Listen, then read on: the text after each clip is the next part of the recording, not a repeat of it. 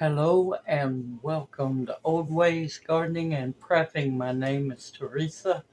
I would like to welcome you into the kitchen with me where we're going to go back on an adventure to long times ago where the fresh markets, the fermented foods, everything you could either make it yourself, which you still can, or you bought it already made. Today, we're going to explore how to make fermented Persian lemons. Yes, now these are some big lemons.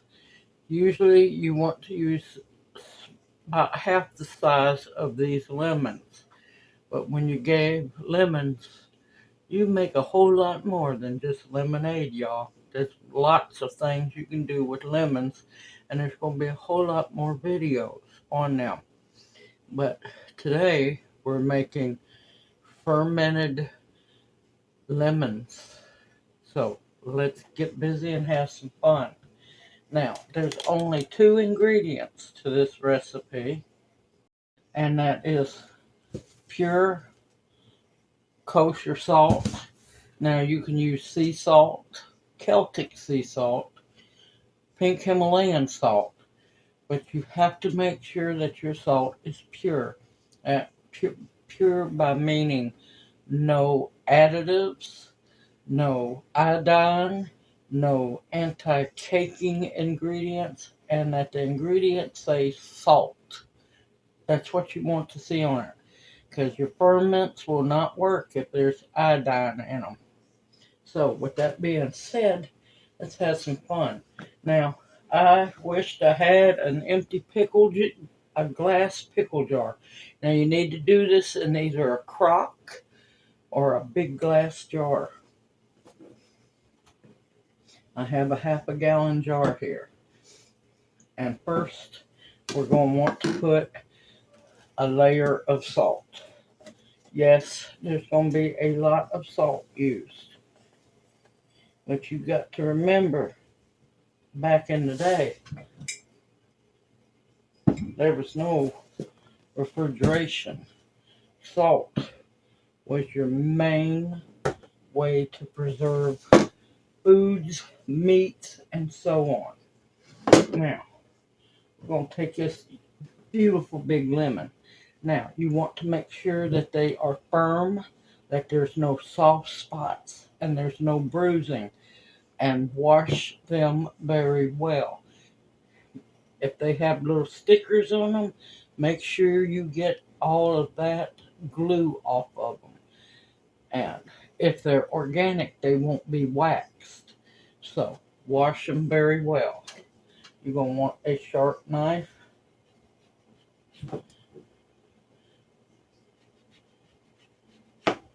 Alright. You want to make sure you get the bottom piece off. Don't waste it. You want to cut that top piece off. And it looks like these are going to be thin skinned, so they're going to be really good. Oh my gracious, and they smell good. Alright, you're going to want to cut down one side, but not to the bottom. Almost to the bottom, but not all the way through.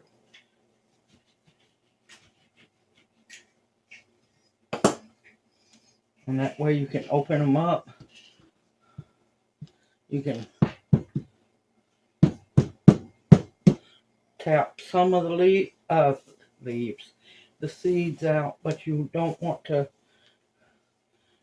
worry about too many of them. Alright, you're going to put them in a bowl here.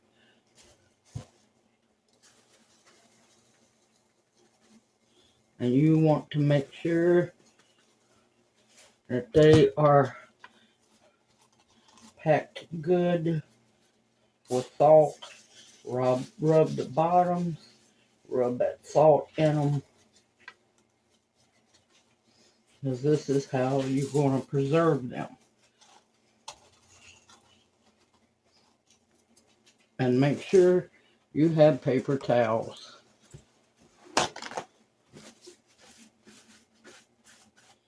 Okay. We're going to take our jar and we're going to put that first one right there. And of course, it's going to flip over. Make sure you have it with the cut side up. Let me move it down so you can see better. You want the cut side up.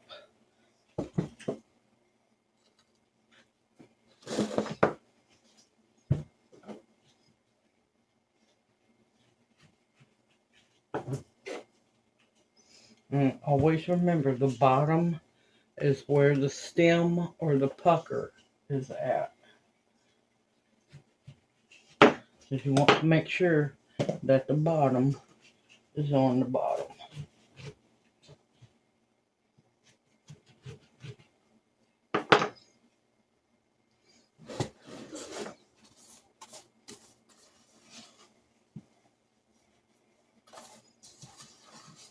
And I know people are going wild. Oh my God, all that salt. It didn't kill the ancestors now, did it?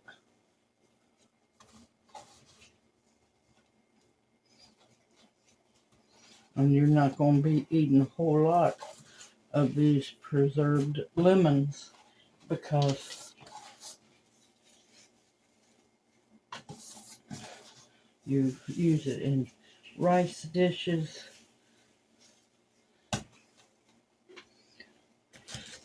chicken, so many things. And of course, once they start getting ready, I'll bring you back for them.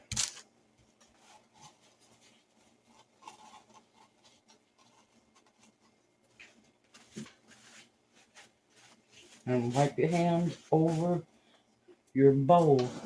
That way you don't lose any of the salt.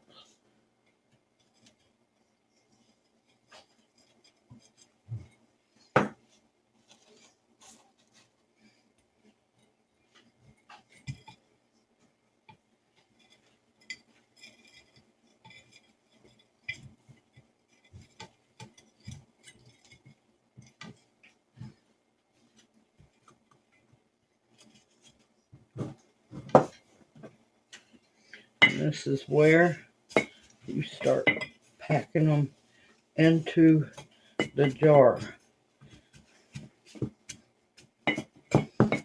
We're probably going to get at least 10, if not 11 lemons in here, hopefully. You want to pack them good, get them to start releasing the juice, because the juice and the salt is going to be the brine that preserves them.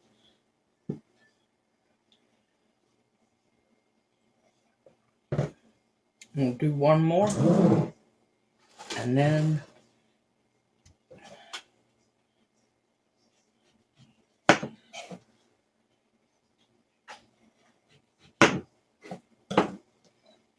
and also make sure you have pretty unblemished lemons.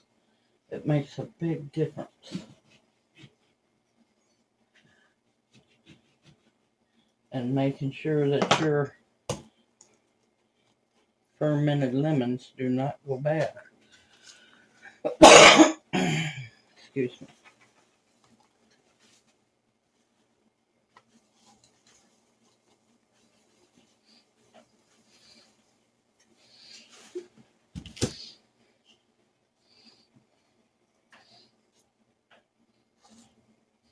My basil leaves, or the Sishu perilla leaves, keep dropping everywhere.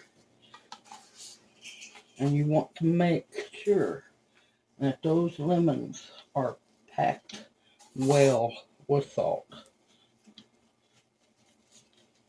Make sure that bottom's got salt all in it.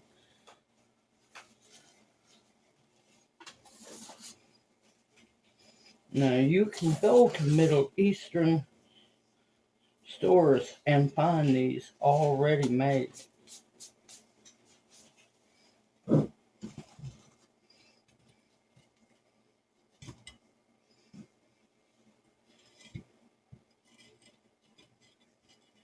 You want to do your best to try to keep them standing up straight, but that doesn't always work. And any salt that keeps gathering, you use that for other lemons going in the jar. I'll bring you back when I'm almost done with them.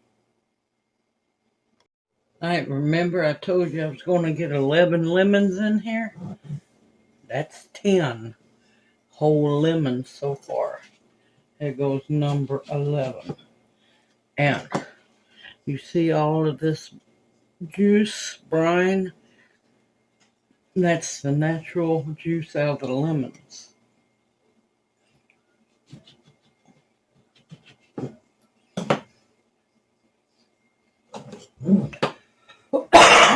Excuse me.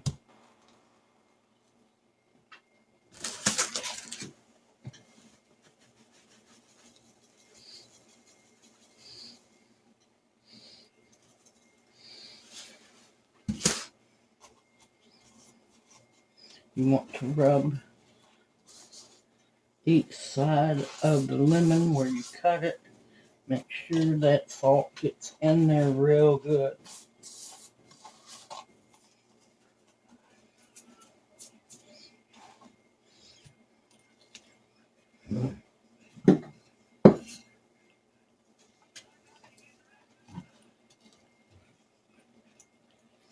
And you pack them lemons in there real good.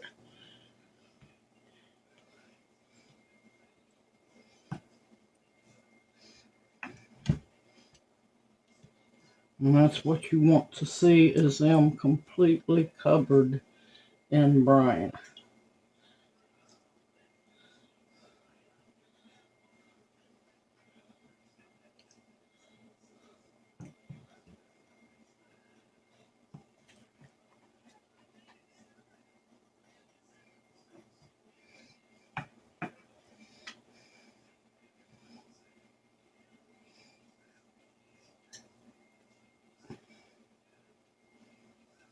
And of course, it's going to continue to make more brine.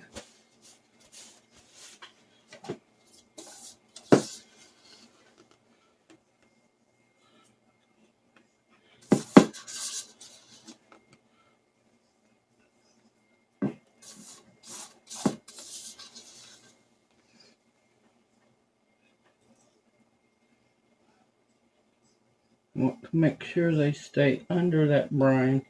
And of course, it'll release some more brine. Okay. I'm going to watch it for a little while.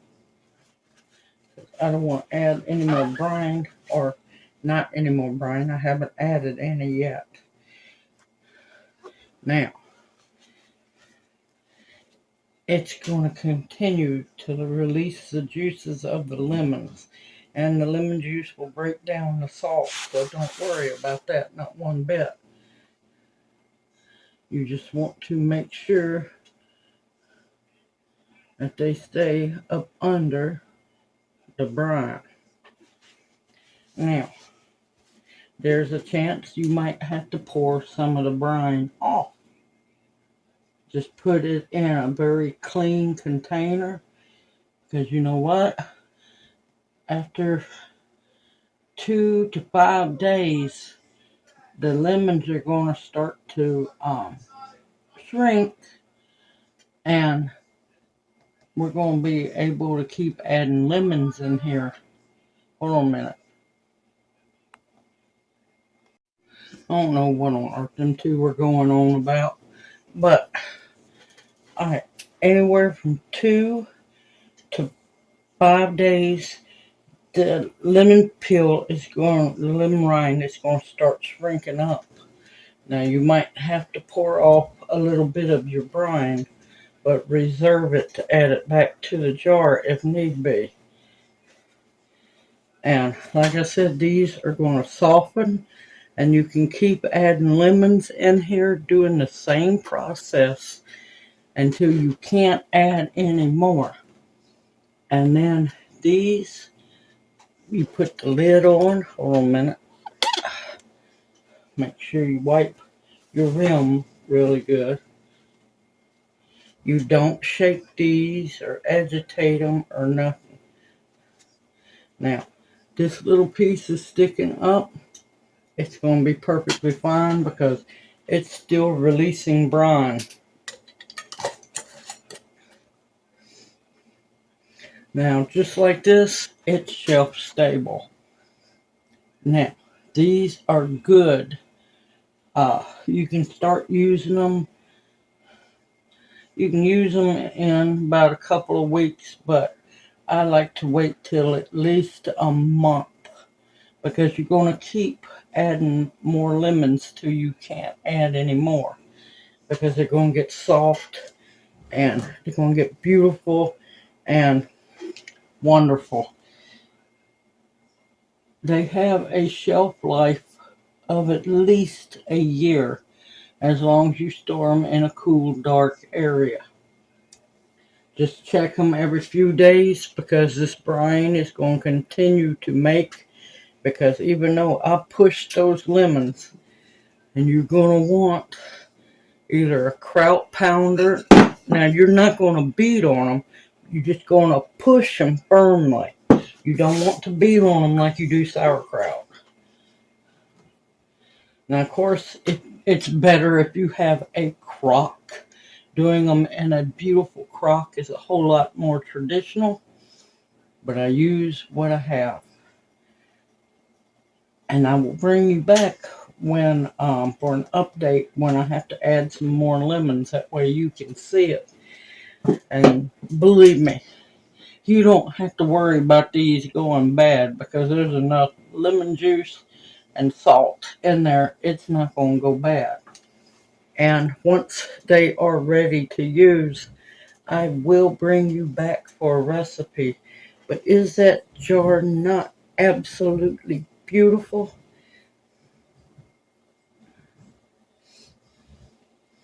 Yes, I know a lot of people are going to have a problem with the amount of salt used. But you got to remember, that's what our ancestors used. And think about it. How old, and how long did they live compared to today's time? Yeah, everything we're not supposed to eat now, they ate back then. And they survived long lives. Because you know why? They were active. They didn't have all these nasty chemicals and preservatives and growth hormones and all that crap in the food. Didn't have GMO foods. They ate like we're supposed to be eating now. Natural.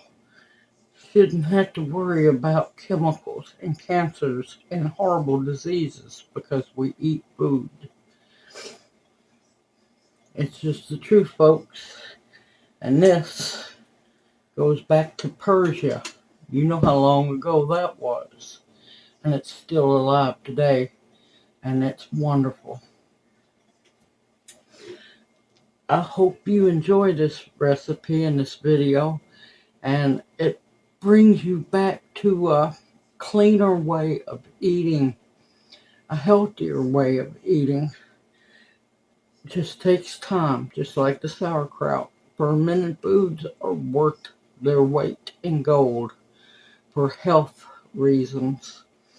Now, of course, I'll have information in the description box below this video, like I do all my videos. Everyone, take care, stay safe and sound in this crazy world, because it's getting crazier. Stock up foods that will sustain and nourish you and heal you. Medicines that will heal you. Protection of all kinds and the bare necessities to keep you alive and surviving. Soap, homemade soaps, homemade detergents, whatever you can, stock it up. Sorry about that. Y'all had to get a drink of coffee. Stock up on the bare necessities that you need. I look forward to seeing you in my next video, and may you each be blessed. Hoot, hoot. Y'all take care.